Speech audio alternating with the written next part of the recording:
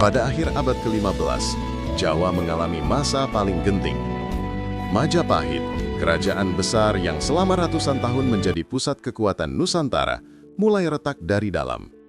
Perebutan tahta, pemberontakan daerah, dan tekanan ekonomi membuat negeri itu hancur perlahan, bukan oleh perang besar, tapi oleh kekacauan yang menggigit dari segala sisi. Di tengah keruntuhan itu, Islam sudah masuk ke pesisir Jawa melalui para saudagar Arab, Gujarat, dan Melayu. Awalnya hanya komunitas kecil, tapi ketika Majapahit melemah, masyarakat mulai mencari arah baru, ajaran baru, dan ketenangan baru. Dari kota-kota pelabuhan seperti Gresik, Tuban, dan Jepara, Islam menyebar semakin luas. Dan di antara para penyebar itu, ada satu kelompok yang nanti akan mengubah wajah Jawa selamanya, Wali Songo. Ketika rakyat tak lagi percaya pada istana Majapahit, muncul seorang tokoh muda dari garis bangsawan Majapahit yang diam-diam telah memeluk Islam. Raden Patah. Dialah yang kemudian mendirikan Kerajaan Demak, kerajaan Islam pertama di Jawa. Demak bukan sekadar kerajaan baru, ia adalah simbol harapan baru, simbol arah baru, simbol bahwa Jawa bisa bangkit kembali, tetapi dengan jiwa yang berbeda, jiwa Islam. Namun untuk menegakkan ajaran Islam di tanah seluas Jawa, tak cukup hanya dengan satu cara, maka muncullah dua sosok penting dengan metode yang bertolak belakang. Sunan Kudus penjaga akidah, Sunan Kalijaga penjembatan budaya. Dan dari perbedaan itulah, Islam di Jawa menemukan keseimbangannya. Sebelum kita melanjutkan, izinkan kami menegaskan, kisah ini tidak dibuat untuk menyalahkan siapapun. Setiap wali, setiap tokoh, dan setiap pendekatan dakwah memiliki hikmahnya sendiri.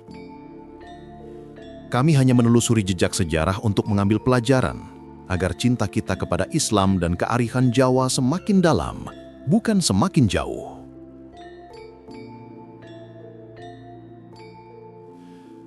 Ketika Majapahit runtuh, Jawa tidak hanya kehilangan raja, tetapi arah. Kekosongan itu tidak dibiarkan terlalu lama. Dari tanah pesisir muncul sebuah kekuatan baru, Demak Bintoro. Bukan kerajaan besar, bukan pula keturunan dewa. Demak berdiri dari tangan para saudagar, ulama, dan wali yang ingin mengembalikan Jawa ke jalan yang terang.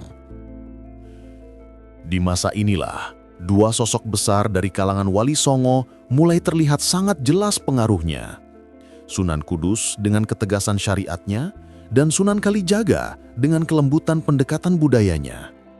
Dan di titik inilah sejarah berubah. Karena dua pendekatan inilah Islam bisa masuk ke Jawa tanpa peperangan besar, tanpa pertumpahan darah, tanpa menghancurkan budaya yang sudah ratusan tahun mengakar. Demak menjadi pusat perubahan. Jawa menjadi tanah yang siap menerima cahaya. Namun, jalannya tidak pernah satu. Ada ketegasan, ada kelembutan, ada perdebatan, ada perbedaan. Tapi, semua itu lahir dari satu tujuan, menyelamatkan Jawa agar Islam tumbuh, bukan tumbang. Perbedaan metode dakwah bukanlah perpecahan, ia adalah strategi. Sunan Kudus menjaga benteng akidah. Sunan Kalijaga membuka pintu hati masyarakat. Satu seperti baja, satu seperti air. Dan justru karena kontradiksi itulah, Islam bisa tersebar dengan damai. Inilah rahasia yang jarang dibahas. Demak tidak berdiri hanya karena kekuatan, tetapi karena kebijaksanaan para wali yang memahami karakter Jawa. Dari sinilah segala perjalanan kita hari ini bermula.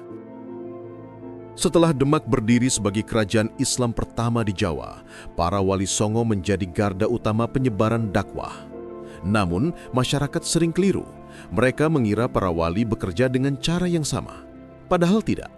Para wali justru berbeda metode, berbeda pintu masuk, berbeda strategi, namun tujuannya tetap satu, agar Islam masuk ke Jawa tanpa perang, tanpa memaksa, dan tetap sesuai syariat. Dari semua perbedaan itu, dua pendekatan menjadi paling menonjol. Sunan Kudus tegas menjaga akidah tetapi sangat toleran dalam hubungan sosial. Sunan Kalijaga lembut merangkul budaya tetapi tetap menjaga intinya berada dalam tauhid. Perbedaan inilah yang membuat Jawa aman, tidak pecah dan siap menerima cahaya Islam. Banyak orang hanya melihat sisi ketegasan Sunan Kudus. Mereka lupa bahwa beliau adalah wali yang terkenal, paling toleran terhadap kehidupan sosial masyarakat Hindu-Buddha di sekitarnya.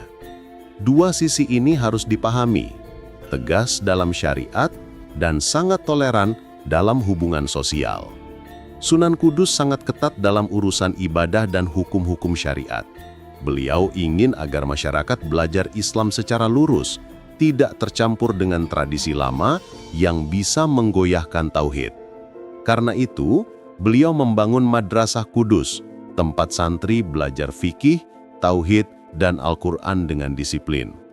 Aturan belajar jelas, hafalan kuat, dalil harus dipahami, bukan hanya dihafal. Inilah sebabnya beliau dikenal kokoh seperti baja ketika bicara tentang batas halal haram. Namun, di luar batas syariat, Sunan Kudus dikenal sebagai wali yang sangat lembut dan bijak terhadap masyarakat non-muslim. Beliau melarang murid-murid dan masyarakatnya menyembelih sapi, karena sapi adalah hewan yang disucikan oleh umat Hindu. Tujuannya jelas, agar umat Hindu tidak merasa terancam, tidak takut terhadap Islam, dan tidak menjauh dari dakwah. Dan benar, pendekatan ini membuat masyarakat Hindu begitu menghormati beliau. Contoh lainnya antara lain, mengizinkan masyarakat tetap menjalankan adat tertentu selama tidak bertentangan dengan akidah. Menghargai simbol-simbol budaya Hindu-Buddha, seperti ukiran batu, gapura, atau seni arca, tanpa harus menggunakannya untuk ibadah. Ketika berdakwah, beliau menggunakan bahasa halus dan tata krama keraton untuk menghormati lawan bicara. Inilah dua sisi Sunan Kudus yang sering dilupakan. Beliau keras terhadap syirik, tapi lembut terhadap manusia. Beliau kaku dalam ibadah, tapi luas dalam kemasyarakatan. Sisi inilah yang membuat dakwah beliau diterima oleh kelompok-kelompok yang awalnya sulit disentuh. Sunan Kalijaga berbeda. Beliau memahami bahwa budaya Jawa sudah hidup ratusan tahun. Tembang, wayang, sesaji, upacara, simbol-simbol, semua itu adalah dunia rakyat. Jika semuanya ditolak sekaligus, masyarakat akan resisten. Maka, beliau memilih jalan kelembutan. Wayang diberi ajaran tauhid. Gamelan digunakan untuk mengajak kepada nilai Islam. Upacara-upacara diberi makna baru yang lebih islami. Bahasa Jawa halus digunakan untuk menasihati tanpa melukai. Sunan Kalijaga seperti air, yang masuk ke setiap celah, menyesuaikan bentuknya, namun tujuannya jelas, mensucikan hati masyarakat. Inilah kuncinya. Sunan Kudus menjaga dinding benteng. Sunan Kalijaga membuka pintu gerbangnya. Jika hanya Sunan Kudus, Islam mungkin kokoh, tapi sulit berkembang. Jika hanya Sunan Kalijaga, Islam mungkin diterima luas, tapi akarnya tidak sekuat itu. Dua metode inilah yang membuat Jawa mengalami islamisasi tanpa perang. Sebuah proses dakwah yang sangat damai, sangat terstruktur, dan sangat cerdas. Jawa tidak dipaksa menjadi Arab, tapi juga tidak dibiarkan hanyut dalam keyakinan lama. Inilah keseimbangan yang menjadikan Islam di Jawa hidup, bukan sekedar hadir. Sunan Kudus bukan sekedar wali. Beliau adalah arsitek syariat di tanah Jawa.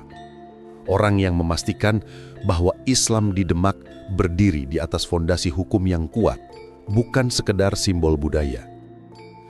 Beliau dikenal keras, tegas, disiplin. Tetapi di balik semua itu, ada pribadi yang sangat lembut dan penuh kasih sayang. Dan inilah sisi Sunan Kudus yang jarang dibahas. Sejak muda, Sunan Kudus sudah dikenal sebagai pemuda yang haus ilmu. Beliau pergi ke Timur Tengah, belajar fikih, hadis, syariat, dan ilmu-ilmu agama langsung di pusat peradaban Islam. Karena itu, ketika kembali ke Jawa, beliau membawa sesuatu yang tidak banyak dimiliki wali lain. Ketegasan ilmu fikih kelas dunia, bukan lokal saja. Ini sebabnya beliau jadi rujukan utama masalah hukum Islam. Banyak yang melihat Sunan Kudus tegas, sholat harus benar, puasa harus tepat, hukum-hukum fikih harus dipelajari dengan disiplin. Namun, orang lupa satu hal penting. Sunan Kudus tegas karena ingin menjaga umat dari kebingungan. Setelah Majapahit runtuh, rakyat tidak punya pedoman. Sunan Kudus memberi kepastian hukum yang membuat masyarakat merasa aman dan punya arah hidup. Bagi beliau, syariat adalah pagar keselamatan. Tanpa pagar, masyarakat akan kembali ke kekacauan. Dan inilah sisi yang paling indah. Larangan menyembelih sapi. Banyak yang hanya tahu sebagai simbol toleransi. Padahal lebih dari itu. Ini adalah strategi sosial tingkat tinggi. Sunan Kudus tahu betul bahwa agama Hindu masih kuat di Jawa. Jika Islam datang menghancurkan simbol mereka, yang terjadi bukan dakwah, tapi perang sosial. Maka beliau menahan diri. Beliau berkata kepada murid-muridnya, "Menghormati manusia tidak akan mengurangi agamamu." Kalimat yang sangat Jawa dan sangat Islami. Sunan Kudus merawat orang sakit dari kalangan Hindu. Beliau datang tanpa memandang status agama, bahkan memberikan obat herbal hasil racikannya. Beliau tidak pernah membiarkan orang miskin malu masuk masjid. Jika ada yang berpakaian lusuh, beliau mempersilahkan duduk paling depan. Karena yang penting hati, bukan baju. Beliau menghormati Brahmana dan orang tua adat, tidak menghancurkan tradisi, tapi mengislamkan rasa secara perlahan. Ketika ada perbedaan pandangan antar wali, Sunan Kudus sering menjadi penengah dalam masalah hukum. Tanpa marah, tanpa keras, namun berbicara dengan dasar ilmu yang sangat dalam. Dari beberapa sumber sejarah dan serat menyebutkan karakter pribadi Sunan Kudus, yaitu tidak banyak bicara, tapi sekali bicara seperti palu. Jika menegur murid, selalu dengan contoh, bukan dengan suara keras. Hidup asketis, makan sangat sederhana, pakaian sangat bersahaja. Senang mengajar anak muda, sangat menghormati orang tua dan guru, sering bangun malam untuk berdoa dalam sunyi. Beliau adalah contoh orang kuat yang penuh kasih. Lampu minyak bergoyang perlahan.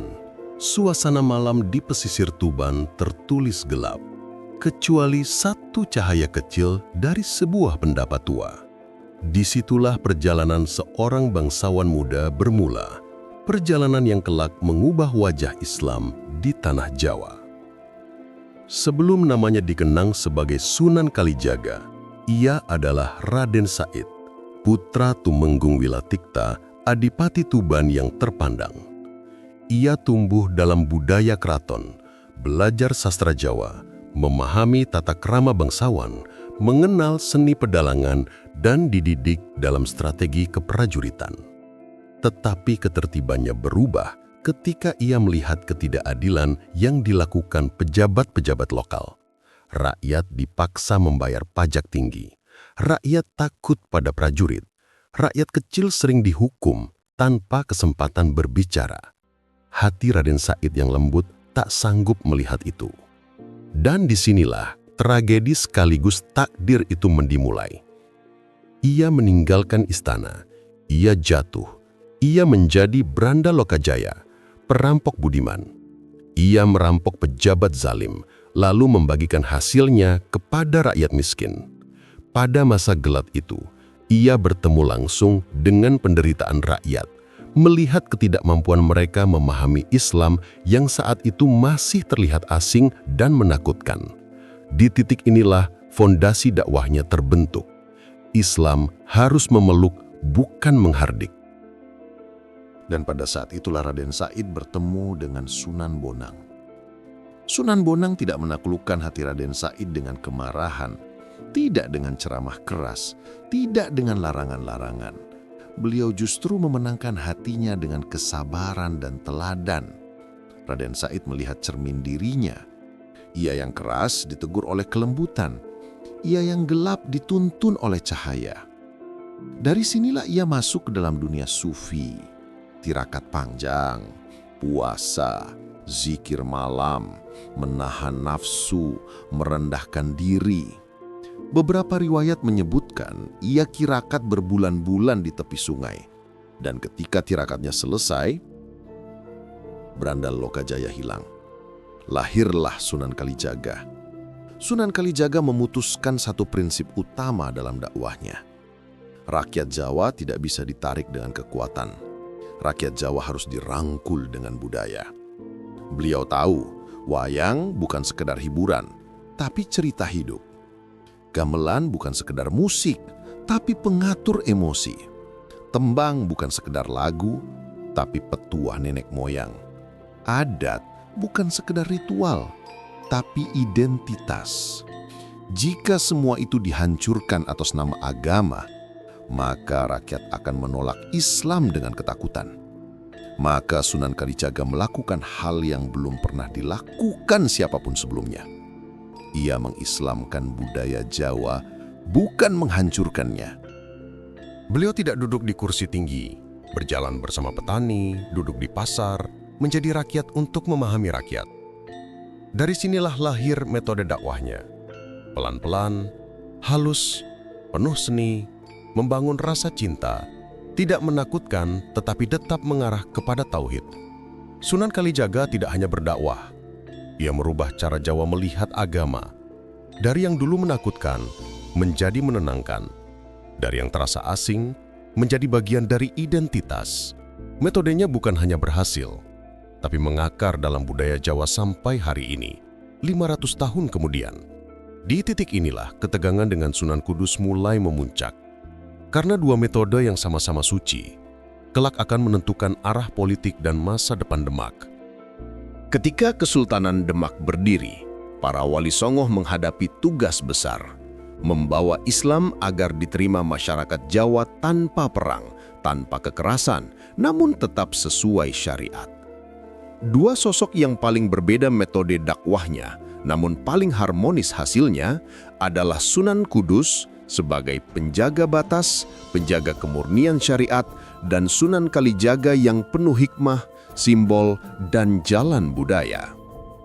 Sumber-sumber lama seperti Babat Tanah Jawi menggambarkan Sunan Kudus sebagai wali yang tegas, disiplin, dan menjadi tempat bertanya para ulama lain ketika ada masalah syariat. Beliau adalah pengawal pagar Islam di Tanah Jawa. Konsepnya sederhana, tanpa pagar, rumah akan runtuh.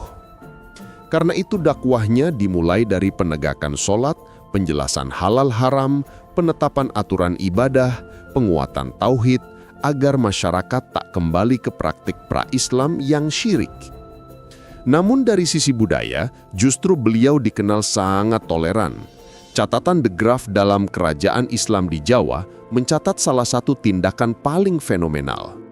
Contoh toleransi besar Sunan Kudus antara lain yaitu, beliau melarang penyembelihan sapi di Kudus sebagai penghormatan kepada umat Hindu. Beliau mendirikan Menara Kudus, bangunan masjid dengan arsitektur Jawa Hindu tanpa mengurangi unsur Islam di dalamnya. Beliau tetap mengizinkan masyarakat memakai pakaian adat lama ketika datang ke masjid. Inilah harmoni unik itu. Syariat dijaga kuat, budaya tidak dibakar.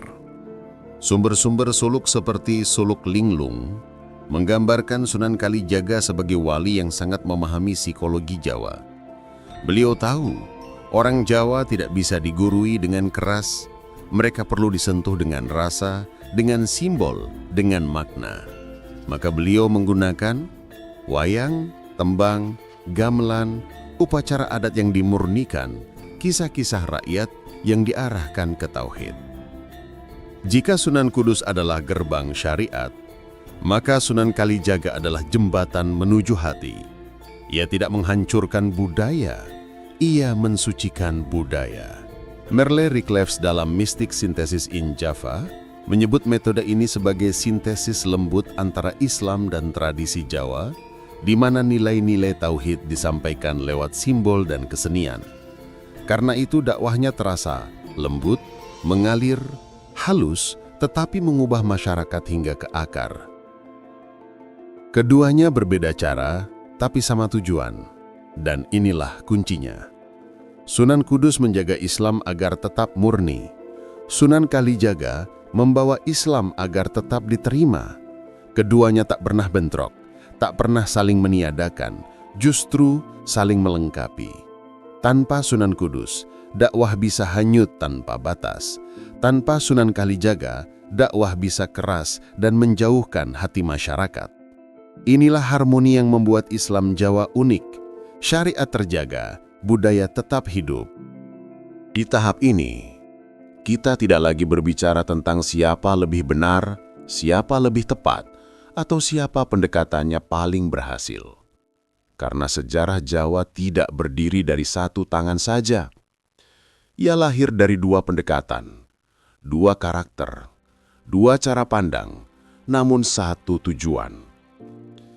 Tidak sedikit sejarawan berpendapat bahwa apabila seluruh dakwah Wali Songo mengikuti pola Sunan Kudus, maka Islam Jawa mungkin akan lebih tegas, lebih bercorak Timur Tengah, lebih ketat dalam memagari budaya.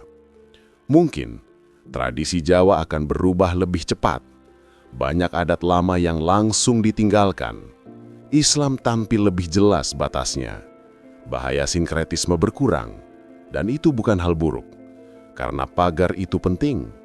Tanpa pagar, rumah diguncang angin. Namun, ketegasan memerlukan hati yang siap. Dan tidak semua hati pada masa itu siap menerima ketegasan. Itulah keindahannya. Ketegasan Sunan Kudus bukan untuk mematahkan, tapi untuk menjaga. Sebaliknya, apabila dakwah lebih banyak mengikuti aliran Sunan Kalijaga, Jawa mungkin akan menjadi tempat yang sangat kaya budaya Islami yang lembut, simbolik, penuh filosofi. Wayang akan semakin dalam maknanya. Tembang-tembang Jawa akan semakin sahat zikir. Upacara-upacara adat akan menyatu dengan nilai spiritual Islam. Islam akan meresap pelan-pelan, seperti air, menyentuh hati sebelum menyentuh aturan. Dan itu luar biasa indah. Namun, jalan ini juga punya sisi yang harus dijaga. Air yang terlalu lembut bisa mengikis batas secara perlahan. Jika tidak dipandu, orang bisa salah memahami makna simbolik. Itulah keindahannya.